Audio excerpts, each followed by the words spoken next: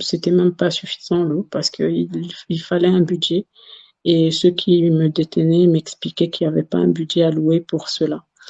Comme à notre arrestation, mon mari avait 600 euros dans son portefeuille, j'avais quand même demandé à avoir ça, mais bon, c'était par gain de cause. Il y avait aussi un manque de respect sur ma dignité. Si je venais à vomir, tu entendais ceux qui étaient là me dire tu n'as qu'à mourir là-bas, tu vois. Imagine, tu te sens mal, tu es fatigué parce que dans une situation comme ça, tu es très fatigué, tu es enceinte, tu manges pas. Donc, quand tu vomis rien, donc ça fait encore plus mal. Et tu entends les gens derrière qui te disent j'espère que tu vas mourir aujourd'hui, tu n'as qu'à mourir. Ça, c'est les mêmes personnes qui te détiennent. Quand tu vas prendre le bain, il y avait un gros manque de dignité parce qu'on me disait de ne pas fermer la porte. Genre, comme si peut-être j'allais fuir, il n'y avait même pas quelque part où fuir. Donc, je pouvais pas, j'étais gênée, j'osais pas me doucher parce que quelque part, j'avais l'impression si je ferme pas la porte, bah, comment je me douche? Et oui, j'ai été victime d'agressions sexuelles. Je me souviens comme si c'était aujourd'hui parce que c'était un vendredi soir, il y avait plus de lumière. C'était la deuxième semaine, je ne saurais dire à quelle date, mais je suis venue, je me souviens, je suis venue un mercredi. J'ai été arrêtée un mercredi et il y a d'abord eu un vendredi et puis un autre vendredi. Je ne saurais même pas vous dire où j'étais parce qu'on nous a ramenés avec des cagoules et tout. Mais ce qui m'a affecté, c'est que le soir même, quand c'était le soir d'après la signature de mes documents, quand j'ai accepté de signer les documents, bah, le soir, et je ne sais même pas par qui, il y a eu la lumière qui s'est éteinte. Et c'était tard, ça devait être très très tard. Et la personne est rentrée et a commencé à me crier dessus. Vas-y debout, elle m'a mis de l'eau. Et après, il a commencé à se mettre sur moi. J'étais tellement impuissante et faible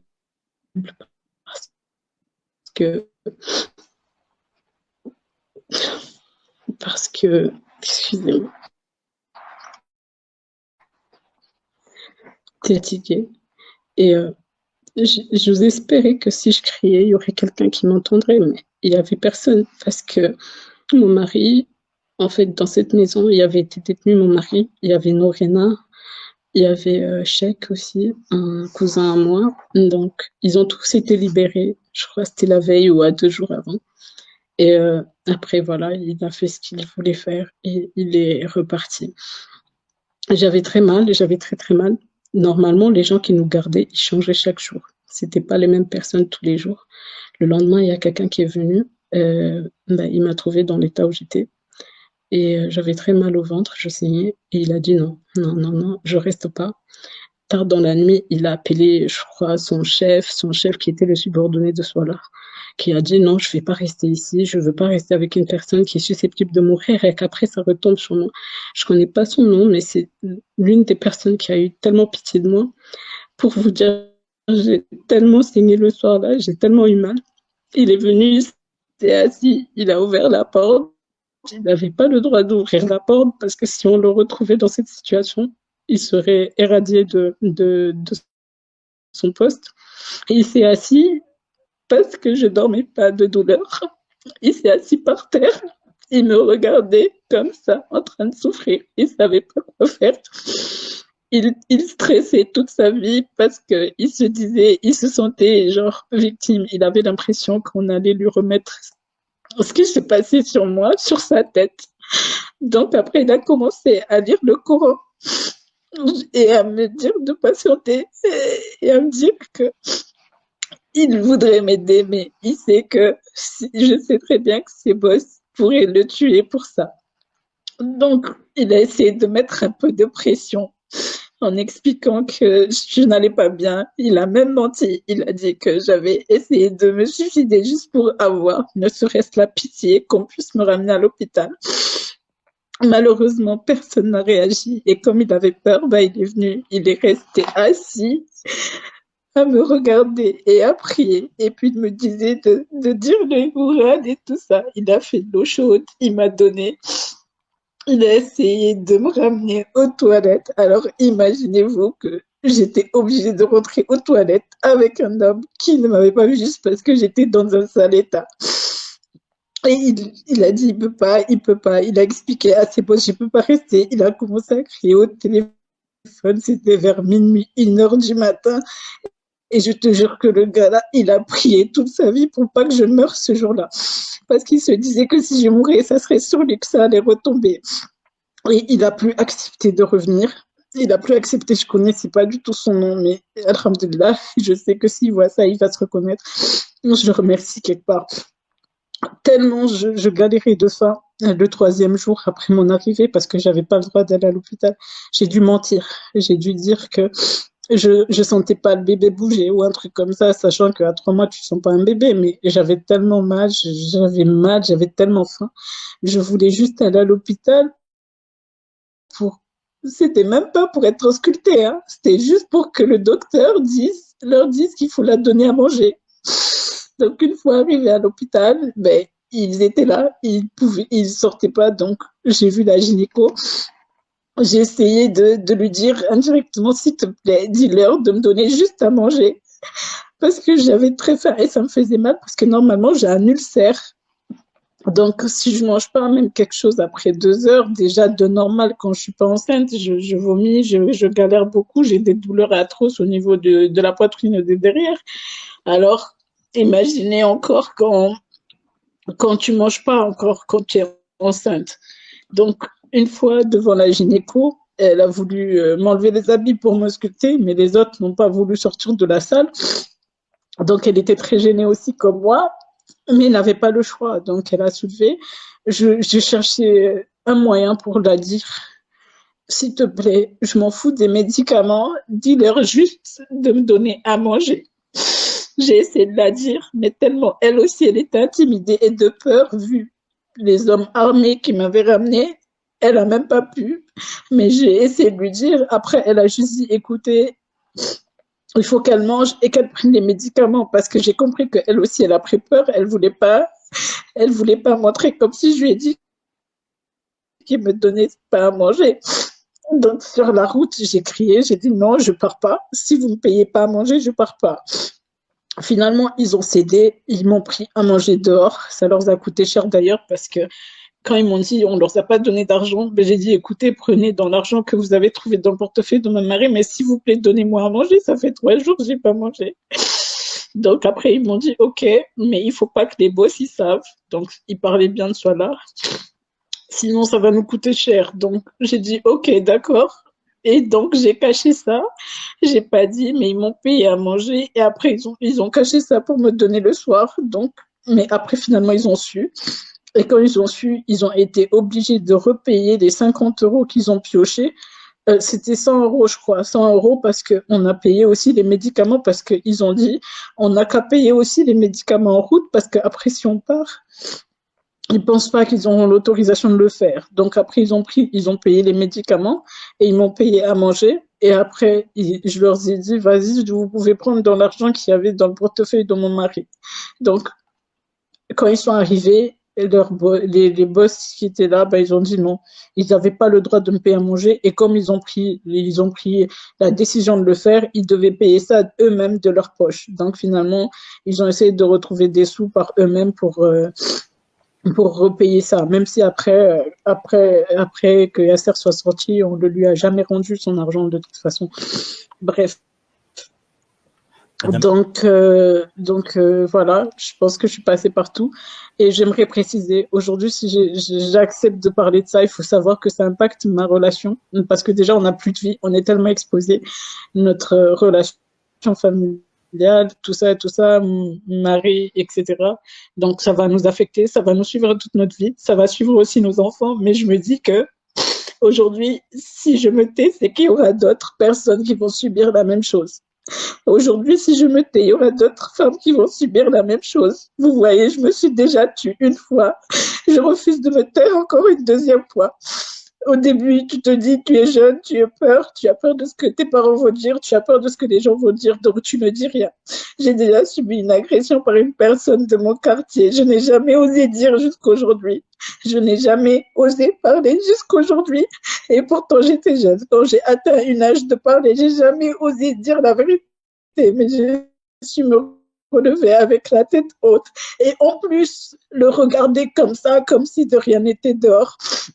Aujourd'hui, par abus de pouvoir, aujourd'hui parce que quelqu'un a un gros pouvoir sur l'autre, il peut mener une enquête comme il veut, il peut imposer ses règles et il peut faire des choses pour ne pas que jamais ça se sache.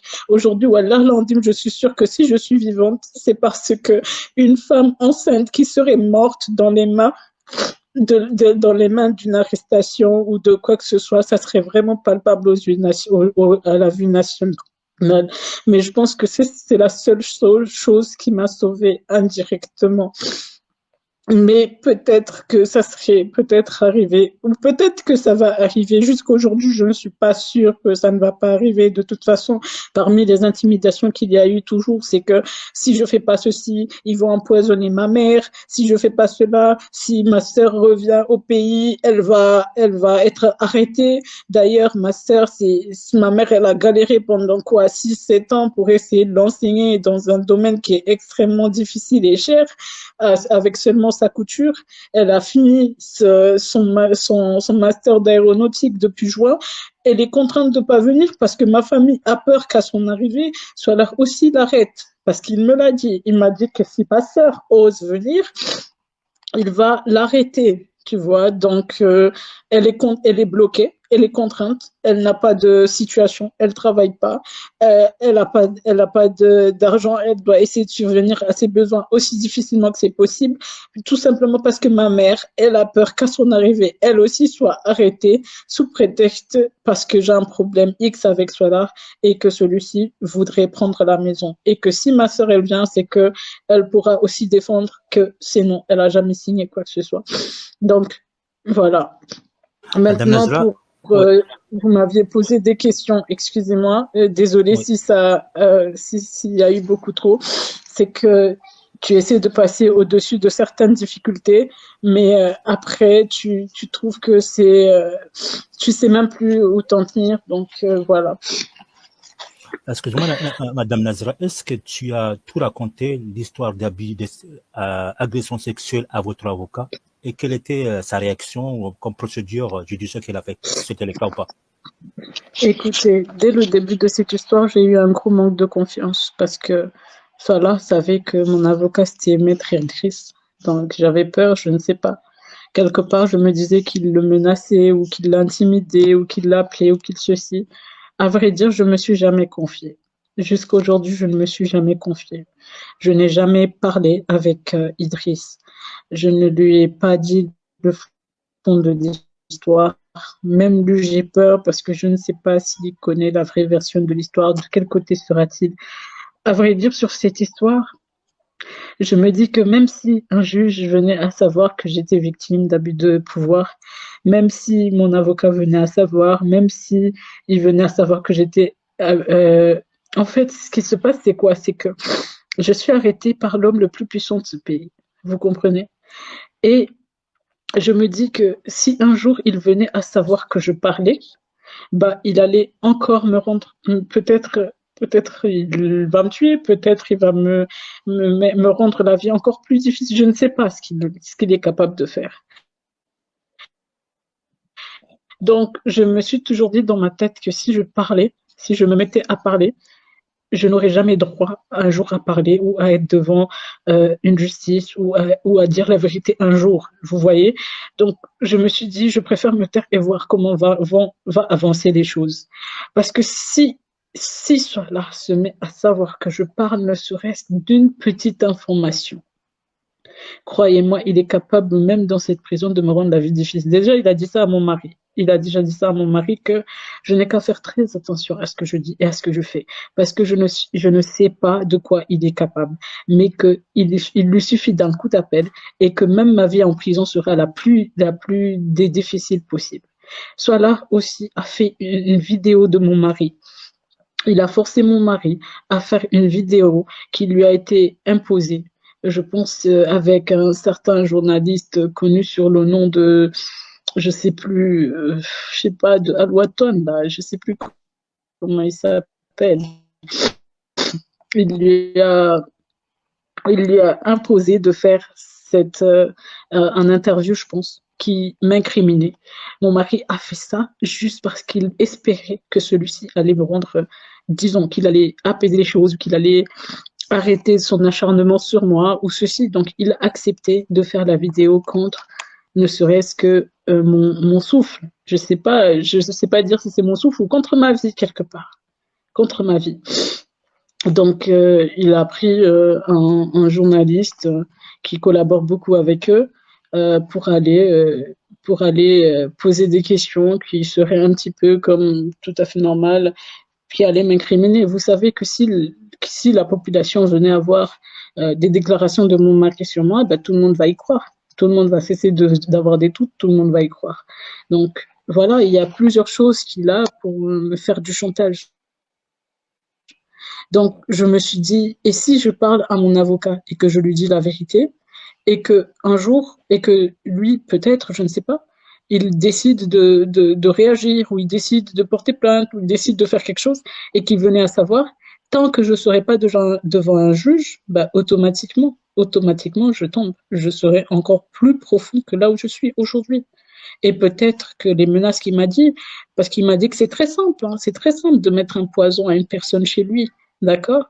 Donc peut-être qu'il va aller empoisonner ma mère, comme il l'a dit, ou peut-être qu'il va s'en prendre à ma petite sœur qui vient à peine, imaginez-vous, une jeune fille qui a à peine 27 ans, 26 ans, qui vient de finir ses études, qui était enthousiasmée de rentrer au pays pour commencer à travailler ou aider un peu sa mère après tant de difficultés d'enseignement, qui se retrouve bloqué dans un pays qui n'est pas le sien, tout simplement par peur qu'on l'arrête dans son propre pays, tout simplement par peur qu'on lui gâche la vie dans son propre pays. Donc, quand je pense à tout ça, quand je pense à ma mère, quand je pense à ma famille, quand je pense à toutes les personnes sur lesquelles il a dit il est capable de faire, ils m'ont dit ils sont capables même de mettre le feu chez moi. Donc, est-ce que je me dis, si j'ai fait l'erreur de parler et que ça fuite avant même que je puisse en parler quelque part, bah dans ce cas-là, c'est mort pour moi. Il faut que je sois stratégique, il faut que je puisse me taire, que je joue le jeu, que je ne parle jamais, jusqu'à soit je puisse obtenir une liberté, soit je puisse obtenir comment dirais-je, une justice, soit je sais pas, et après peut-être en parler. Donc jusqu'à ce que je puisse obtenir une justice, genre ne serait-ce obtenir une négociation, je dirais, parce que c'est même pas une justice, j'arrive à obtenir une négociation sur un terme d'accord, là, peut-être je peux dire la vérité à mon avocat et après commencer à parler avec lui ou être ouvert. Mais là, actuellement, j'ai peur. C'est des gens qui ont les mains très longs, très, très longs. Ils peuvent toucher partout. Et ce pays, il est très petit devant soi là. Très petit devant soi là. Donc, voilà pourquoi je me suis pas confiée à lui pour le moment. On ne peut pas être insensible.